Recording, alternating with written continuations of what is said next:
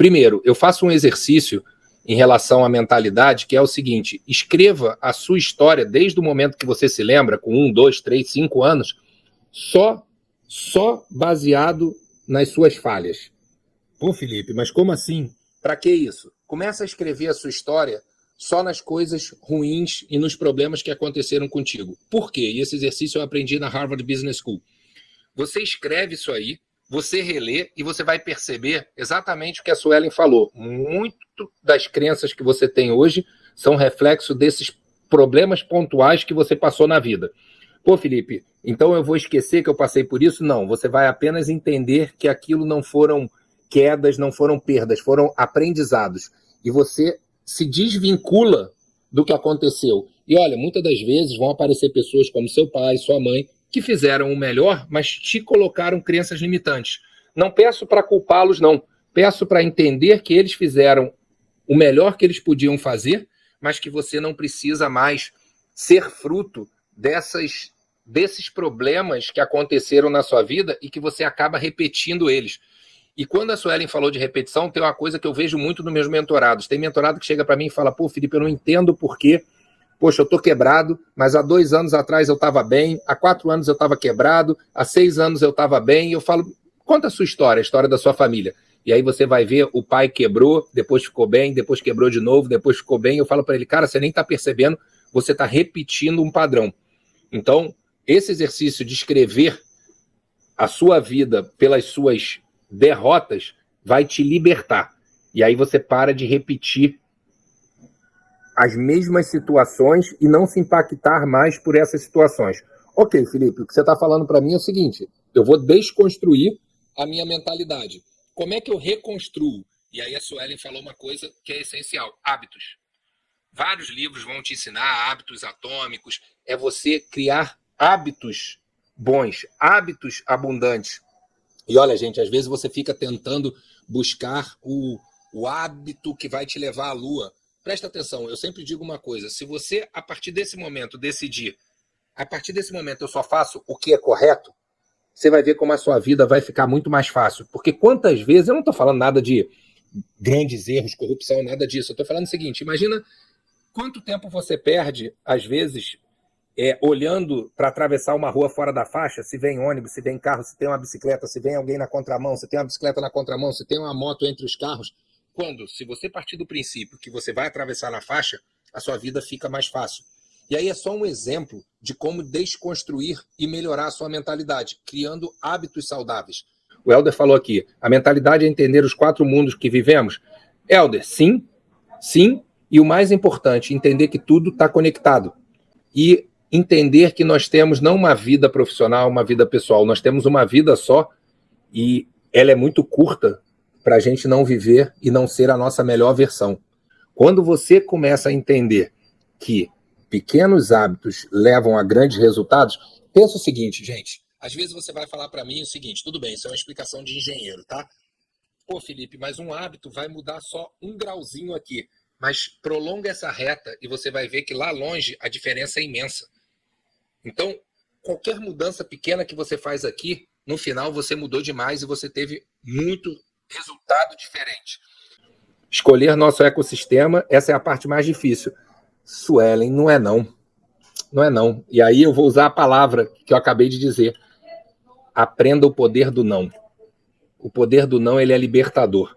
Entendeu? Você não tem que estar onde querem que você esteja. Você tem que estar onde você quer estar. A partir do momento que você setou a sua mentalidade, aí nós estamos já no passo 2, que é a estratégia. Quando você está criando a sua estratégia, um dos primeiros passos é: quem são as pessoas que eu quero estar próximo para chegar no próximo nível? Então, escolher o ecossistema também é tarefa sua. Não deixar que as pessoas te levem para onde você não quer ir é tarefa sua. Olha, não vou fugir dos 5 passos não, porque o não agradar, o não desejar agradar todo mundo, esse é um ponto crucial na sua estratégia. Eu vejo muita gente errar na estratégia pessoal e na estratégia da empresa por querer ser amado, que todo mundo goste de você. Ah, Felipe, mas se eu não for àquela festa que eu não quero ir, meus amigos vão ficar chateados. Poxa, desculpa, se eles vão ficar chateados, eles não são seus amigos. porque eles têm que entender que você não quer ir nessa festa, porque no dia seguinte você quer acordar bem e você tem alguns planos para a sua vida. Então, saber dizer não, eu sei que principalmente para nós latinos é difícil. O latino toma um não como algo pessoal. Começa a explicar para as pessoas que o não é um ato de amor. Primeiro, você dizer sim e não fazer é muito ruim. Segundo, você dizer sim, fazer e se maltratar é pior ainda. É muito pior. E aí, se alguém ficou chateado por você não se maltratar, mais um motivo para você não estar com essa pessoa. Então, Cláudio, eu não conheço a coragem do não agradar, mas adoro esse tema. Falo muito isso, sabe? Eu tenho alguns exemplos dentro da minha estratégia que, desde 2009, depois de passar um problema grande na minha empresa por não saber dizer não, eu aprendi o poder do não. Isso foi muito libertador para mim, entendeu? Até porque as pessoas passaram a entender que eu não falo não para elas, eu falo não para aquela situação, para o meu momento, para a minha prioridade. Vamos lá, seguindo aqui a sequência, nós falamos do primeiro passo no mapa da lucratividade, que é a mentalidade. Você setar uma mentalidade de abundância, tá? Você realmente mudar a sua mentalidade, sair da escassez, vir para a mentalidade lucrativa e abundante. Segundo passo é você desenhar uma estratégia, começando pela estratégia pessoal. Então, entenda a importância da estratégia. Lembrando o seguinte, estratégia é 30% do sucesso.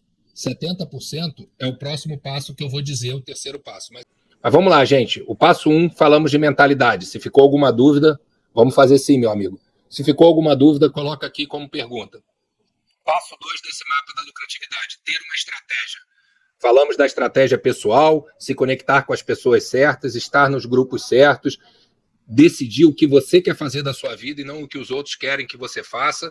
A partir desse momento, construir uma estratégia para a sua empresa. Ah, Felipe, poxa, eu não sei construir uma estratégia. Nós vamos falar sobre isso mais à frente. Fica até o final, que o quinto ponto vai te ajudar bastante nisso. Mas também não cria um grande fantasma, não. São pequenas e médias empresas. Você precisa ter uma direção. E também é o seguinte, essa direção, ela não é um cadeado. Me tranquei nessa direção. Eu falo para que a cada 2 meses, revisita a sua estratégia. Nada de errado se você mudar. Nada de errado de você perceber que agora uma outra direção faz mais sentido para o seu negócio. Então, tenha a mentalidade certa, tenha uma estratégia. Terceiro passo no mapa da lucratividade, que no meu entender é 70% do resultado. Execução, gente. Execução, execute. Nós temos que ter a nossa estratégia, ir para o campo de batalha e executar. E sabe qual é a parte boa da parte ruim? A maior parte das outras pessoas congela. Então começa a entender que num cenário conturbado como esse que a gente está vivendo, o executor ele vai sair muito na frente, porque tem muita gente congelando. Tem poder quem age, e mais ainda, quem age na direção certa. Pronto, você está seguindo exatamente, vamos lá, senhora, você está seguindo o nosso mapa. Você já mudou sua mentalidade, entendeu? Você já setou a estratégia é direção, e você está indo na execução. O passo 4, eu vejo muita gente negligenciar, que é o controle de caixa, gente. Estava conversando na lancha com meu cunhado me fez a seguinte pergunta. Ele falou, Felipe, eu regi a minha empresa pelo lucro. Agora eu contratei um financeiro, ele rege pela competência. Gente, eu não vou entrar a fundo nisso, mas a competência, na verdade, é você pegar seus custos e despesas variáveis. E aí você vê qual é a sua margem, entendeu? E aí ele me perguntou, pô, qual o certo, qual o errado? Na minha opinião, não tem certo nem errado, mas o empreendedor ele tem que olhar fluxo de caixa. Você tem que ter controle de caixa. O que é isso, Felipe? Não adianta você falar para mim que a sua empresa tem uma alta lucratividade. Você compra por 10, vende por 100. O problema é que você paga à vista e só recebe daqui a 1 ano. Então, quanto mais você vende, maior o seu buraco. E aí você quebra. E eu vou bater nisso, gente. Não dá para você chegar lá onde a gente quer chegar no objetivo sem passar por cada um dos passos. Pô, Felipe, mas o que é fluxo de caixa? Vou tentar falar da maneira mais simples. É o que entra menos o que sai. Não é o seu faturamento, não é a sua lucratividade, é o dinheiro que entra. Aline, eu sei que aconteceu contigo, nós já tínhamos conversado, mas às vezes também, lembra, eu comecei aqui falando de mentalidade, você tem uma mentalidade forte. A gente nunca erra, ou a gente acerta ou a gente aprende. Mas é exatamente, não é contigo não, Aline, é com 99% das pessoas, principalmente dos empreendedores, porque a gente faz um planejamento, vê que tem uma lucratividade, que tem uma margem, mas não presta atenção de que maneira você consegue. Olha, eu gosto muito mais. Às vezes as pessoas falam para mim, tem um negócio que fatura 1 milhão. Não me diz nada. Se você tem um negócio que fatura 1 milhão, mas que dá prejuízo de 10 mil, ele é ruim. Ou se você tem um negócio que fatura 1 milhão, mas que para faturar 1 milhão você precisa sempre estar colocando dinheiro nele, também não me disse nada. E esse é o controle de caixa. Felipe, mas eu li um livro que disse que o Uber nunca deu lucro. Gente, é um outro negócio. É um negócio de gigante, é um negócio de investidores. Para nós, pequenos e médios empreendedores, nós temos que ter um negócio que seja fluxo de caixa positivo. Pô, Felipe, e se eu tiver muito dinheiro? É uma opção sua botar. Eu vou dizer o que eu faço e eu sou investidor de startups. Eu tenho empresas que eu entro como investidor. Eu ensino desde o início, eles falam, teve uma que me pediu um cheque no início de 30 mil. Eu falei, não vou dar. Pô, Felipe, mas só 30 mil. Primeiro, não é só 30 mil que a gente tem que respeitar o dinheiro. Mas pouco importa o quanto tem na minha conta. Importa qual modelo de negócio que eu vou criar na minha empresa. E eu falei para eles, vamos criar um produto, vamos vender esse produto, vamos fazer o dinheiro. E nós criamos um produto sem capital, com o que a gente tinha, fizemos 90 mil. Eu falei, olha, em vez de 30 tem 90 mil. Mas não saiu de fora. A empresa gerou. Então é muito importante isso. Deixa eu ver aqui o que a Cláudia falou. Com certeza, é sua frase perfeita de que os seus custos é que tem que se adaptar aos seus ganhos. Ótimo que você me lembrou isso, Cláudia, porque eu tive 3 reuniões agora, final, início de ano, sobre isso. Tá? Das pessoas falando, poxa, mas eu preciso retirar mais do meu negócio por causa dos meus custos. Eu falei, não, claro que não. Tem gente que fala para mim, não, a empresa me deve X% por mês, a empresa não te deve nada, gente. Você é que precisa adequar a sua vida à realidade financeira desse momento. E aí eu vejo muita gente, o meu outro irmão, sem ser o Eric, que trabalhou em banco lá atrás, ele falava, Felipe, eu cansei de ver gente, alto executivo, na época lá, em 2001, 2002, com contra-cheque acima de 150 mil no cheque especial do banco. Por quê? Porque não é quanto você ganha, é quanto você gasta, gente. Não adianta, se você ganha 150 e gasta 170, o seu resultado é muito pior do que quem ganha 5 mil e gasta 3 mil, do que quem ganha 1.000 e gasta 500. E aí tem culturas, e a gente vê muitos árabes, os judeus, que eles aprendem desde pequeno, não é o quanto você ganha, o quanto você gasta. Então, tem amigos meus que falam o seguinte, não importa quanto eu ganho, eu junto 20 a 40% do que eu ganho. Mas se você ganhar 1.000, eu vivo com 600, vivo com 700. Se você ganhar... E exatamente isso. Lembra do hábitos que a gente falou? Lá na parte de mentalidade? Crie o hábito de acertar a sua vida de acordo com a sua possibilidade financeira e não ficar sangrando do seu negócio para custear os seus deslizes. Então, bacana, Cláudia, que você falou isso. Então, esse quarto passo, gente, ele é essencial, tá? Ó, o Helder botou aqui, vale a pena eu passar a ser CNPJ? Helder, me diga melhor sobre a sua pergunta. Você passar a ser CNPJ em quê? No seu consultório? Entendeu? Tem que olhar custos. Agora, eu vou te falar uma coisa, Helder. Para mim, todos nós somos uma empresa. Se você é na pessoa física ou na pessoa jurídica, pouco me importa, mas estava falando com o meu marinheiro. Falei para ele, cara, me diz alguma coisa que você quer saber do seu negócio aí que eu vou fazer um stories agora. Ele falou, mas eu não tenho negócio. Eu falei, mentira, tem sim. Você é um marinheiro, cara. Você é um marinheiro. Você entrega seu serviço, você se vende. O que faz com que eu te contrate ou não te contrate, com que eu continue contigo ou não. Então, no fim do dia, Helder, cabeça de CNPJ, eu te digo que você tem que ter. Se você precisa abrir um CNPJ ou não, aí depende muito da sua estrutura de custo, do seu momento, do seu faturamento. Agora, sendo CNPJ ou não, é importante separar as despesas do negócio das despesas pessoais. Isso é um outro erro que eu vejo muita gente cometer. Mistura tudo, não sabe mais o que é da sua vida pessoal, o que é da sua vida profissional, e depois fica uma bola de neve. Ó, para assumir uma atividade, estão me pedindo CNPJ. Cara, aí é uma outra coisa. Se essa atividade vale a pena, tem empresas que só contratam CNPJs. E aí você tem que botar na ponta do lápis. E aí tem muito a ver com controle de caixa. Não adianta você ter um negócio que ia te sobrar R$1.000 e você monta uma empresa e a empresa te consome 1.500. Então você precisa saber qual vai ser o fluxo de caixa. Quais são os custos que você vai colocar para dentro ao abrir um CNPJ. Foi o que a Aline falou lá em cima. Entendeu? Quando você abre um CNPJ, você põe para dentro alguns custos fixos que vão onerar. Agora, presta atenção, Helder. Imagina o seguinte, esse negócio ia te dar R$1.000, tá? Com CNPJ, ele pode te dar 3.000, mas ele vai trazer um custo de 2.000. Poxa, você vai te sobrar o mesmo R$1.000. Será que vale a pena você ter mais trabalho para ganhar o mesmo dinheiro?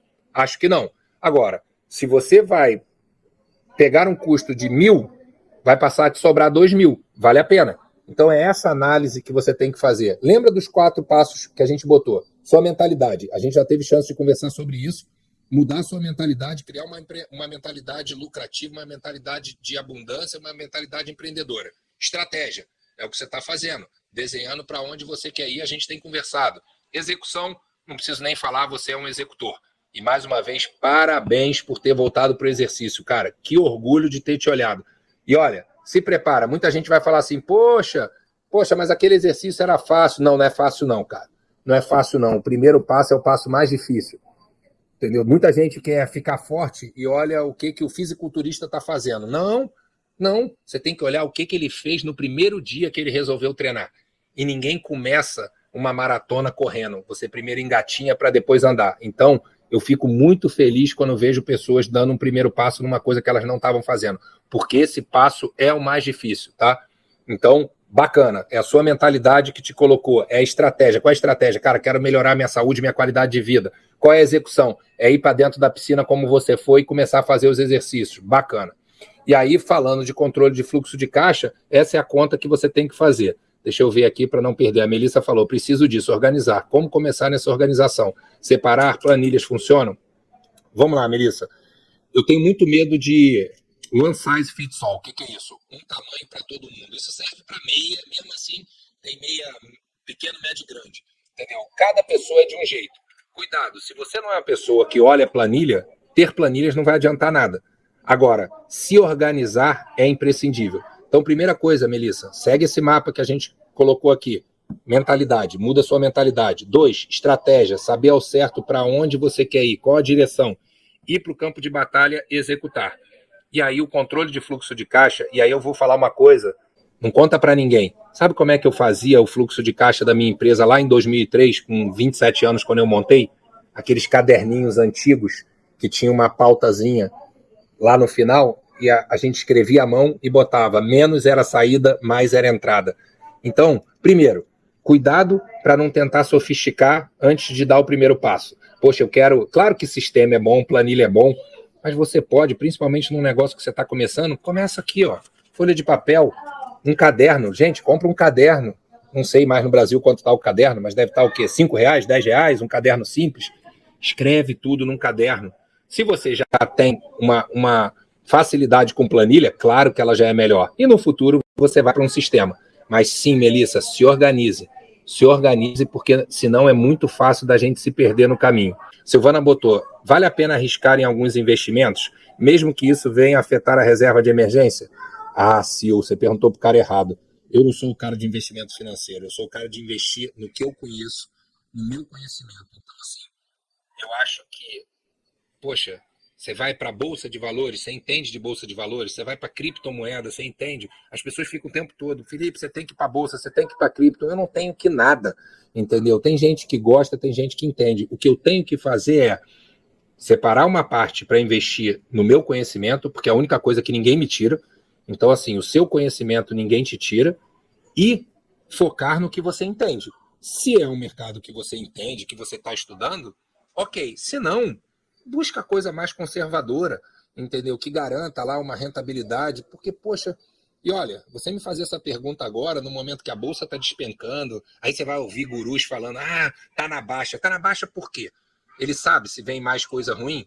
Então, cuidado também, entendeu? Tem pessoas estudando pra caramba isso, e mesmo assim estão perdendo. Ah, Felipe, então você é contra a bolsa, você é contra o investimento financeiro? Não, não sou não. Contanto que você foque em estudar, em ter pessoas que entendam do seu lado. Então, da minha parte é investimento seguro e investimento em você. Esse aí, e aí, Silvana, eu vou falar para você assim, você está muito querendo se especializar em tráfego pago na internet. Nada vai te dar mais dinheiro do que você se tornar uma autoridade nesse mercado. Se você domina isso aí, você faz muito mais dinheiro que qualquer investimento. entendeu? E outra coisa, você não perde o foco. Sabe qual é o problema, gente? Quando eu vendi a empresa lá em 2016, eu peguei 5% e botei na bolsa. Olha, no primeiro ano eu ganhei 42% desses 5%. Sabe quantas vezes eu entrei no aplicativo? 4 vezes no ano. Agora, no segundo ano, eu perdi 11%. Eu entrava todo dia. Todo dia eu entrava lá e perdi mais 0,5%. Ah, perdi não sei o quê. E aí, quando acabou, eu falei assim, isso não é para mim. Entendeu? Olha quanto tempo eu perdi sofrendo quando era uma burrice. Porque se eu ganhei 42 no ano anterior, eu ainda estava no lucro. Mas eu aprendi que não era para mim. Então, eu sou muito do foco e da disciplina. Você vai perder o foco. Entendeu? E outra, gente, cuidado. Se você já tem 1 bilhão, você vai multiplicar. Mas você está começando a vida, não tem retorno maior do que investimento em você mesmo, no seu conhecimento. Se você se torna uma pessoa diferenciada, você vai fazer muito mais dinheiro. Então vamos lá. E você ainda colocou um fato aqui para piorar. Afetar a reserva de emergência nunca. Se você conseguiu, a duras penas, criar sua reserva de emergência, gente, ela vale muito. Mesmo que ela não esteja rendendo nada. Porque a segurança, quando eu montei a empresa lá em 2003, eu botei todo o dinheiro que eu tinha juntado até os 26, 27 anos. Eu tinha ganho um bom dinheiro trabalhando com meu pai na engenharia. E pela primeira vez na vida, desde 13, 14 anos, eu fiquei sem dinheiro nenhum. E olha, eu tava com uma vida muito boa, tá? Tinha um Audi A3, tinha lançado um Passat alemão, uma moto Ninja. Sabe o que eu fiz, gente? Eu vendi o Passat, mais barato do que ele valia, botei no banco de novo e remontei minha reserva de emergência. Não estava casado, morava com meus pais, falei, beleza, esse carro aqui me garante 2 anos de vida se tudo der errado. Então vocês têm que aprender a entender a lucratividade de ter a sua reserva de emergência. Você saber que aquela reserva está lá, vale muito mais do que o dinheiro que ela está rendendo. Te dá a tranquilidade, e eu falo muito isso, de você poder arriscar, de você poder dar o próximo passo, de você poder ir para o próximo nível. Olha lá, o simples e bem objetivo, o segredo do sucesso está no simples bem executado. É isso, Sil, é isso que eu falo e repito. Investimento para a empresa, contratação e equipamentos. Ah, olha a Sil explicando. Sim, mas eu sempre digo o seguinte, comece pequeno, pense grande, execute rápido. Pense grande, queira chegar lá longe, mas começa pequeno e execute rápido. Ao executar rápido, você faz o dinheiro para depois investir. Mas sim, para quem quer chegar longe, sim, você tem que contratar, você tem que ter equipamentos, no futuro tem que ter sistemas melhores, mas você tocou num ponto crucial. O mais importante é o com quem. Esteja com as pessoas certas e você chega mais longe. Legal, Sil, foi mal, não tinha entendido a tua pergunta, agora ficou mais clara. A Cláudia, isso aí, Silvana, tráfego pago vai ser o futuro das empresas da internet. Calma, Cláudia, cuidado para a gente não achar uma saída só para tudo. E você também está se especializando numa área que é bem bacana. Gente, quanto mais as pessoas souberem de copywriter, souber de mídia social, o futuro também está aí. Então, o futuro, ele não está numa perna só. O futuro, ele está no ser, ele está no povo. Imagina um povo com várias pernas ou tentáculos. Cada uma tem sua importância. Mas o que vai fazer o povo nadar rápido é o somatório de todas elas. Só que não dá para ser bom em tudo. Seja uma perna muito forte. Vamos chegar no quinto. Eu não vou dizer que é o ponto mais importante, não. Porque os 4 pontos são essenciais. Só que talvez você esteja chegando ao final dessa live pensando assim, pô, Felipe, mudo mentalidade, crio estratégia, vou executar, controlo o meu fluxo de caixa. Como eu vou fazer tudo isso? Gente, o quinto ponto, pegaram os 4? Mentalidade, passo 1. Estratégia, passo 2. Execução, passo 3. Controle de caixa, passo 4. E o quinto, para você chegar ao lucro, tenha mentores, gente. Tenha mentores, peça ajuda. Muitos já falaram aqui para trás, poxa, o Helder falou, estou com dificuldade para mudar a mentalidade. Ache mentores que vão te ajudar. Não tem nada de errado em pedir ajuda. O erro do empreendedor é achar que ele tem que fazer tudo sozinho. Então, o quinto passo é busque mentores. Felipe, mas eu não tenho dinheiro nenhum. Tá bom. Quem é a pessoa ali? Durante muito tempo, e até hoje ele é um dos meus maiores mentores, mas durante muito tempo meu mentor foi meu pai. Nunca paguei nada para ele. Meu mentor de vida, meu mentor de carreira. Chegou uma hora que eu virei empreendedor, meu pai não é empreendedor. Mas assim, pega um amigo, cara, que tenha... O Helder falou lá da mentalidade. Quem é o teu amigo que tem uma mentalidade forte? Pô, com certeza ele tem crenças limitantes que precisam da sua ajuda. Faz uma troca. Gente, estou falando do quinto passo. Tenha mentores, entendeu? Busque ajuda. Pô, Felipe, não tem dinheiro? Veja as pessoas que podem te ajudar. Mas, olha, se você puder contratar mentoria, o dinheiro ele é um agente da transformação, entendeu? E por que eu digo isso? Quando eu vendi a empresa, gente, eu cometi um erro. Eu escolhi o que eu amava fazer, que era dar mentoria, e resolvi começar fazendo de graça. Sabe o que aconteceu? As pessoas não se comprometiam, eu também não me comprometia, parecia uma brincadeira. Então pensa o seguinte, da mesma maneira que você investe no seu lazer, que você investe em bens materiais, comece a entender o poder da transformação. Passo 1, mentalidade. Passo 2, estratégia. Passo 3, execução. Passo 4, controle do caixa. Passo 5, tenha mentores. Peça ajuda. Felipe, como é que eu acho o mentor? Quer ver uma coisa que eu vejo acontecer muito? Eu contratei aquele mentor e não deu certo. Mas espera lá, o que você estava precisando? Não sei. Ué, mas como assim? Você não sabe nem o que você precisava? Não, tá bom, eu precisava disso aqui.